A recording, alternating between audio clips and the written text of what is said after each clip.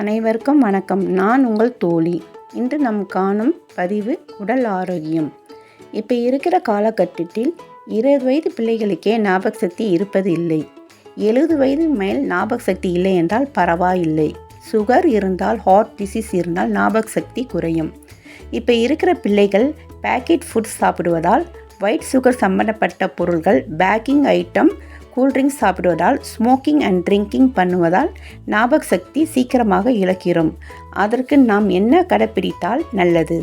Daily ஆஃப்னர் exercise செய்யலாம். இதனால் நம் பிரெயினுக்கு போகிற சர்க்குலேஷன் அதிகமாகும்.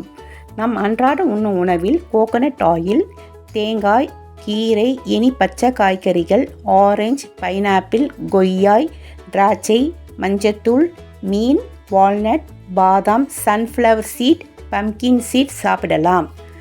தினமும் 8 ஹவர் நல்ல ஆழ்ந்த தூக்கம் தேவை. தூங்க முன்பு செல்லு, டிவி எதுவும் பார்க்க வேண்டாம்.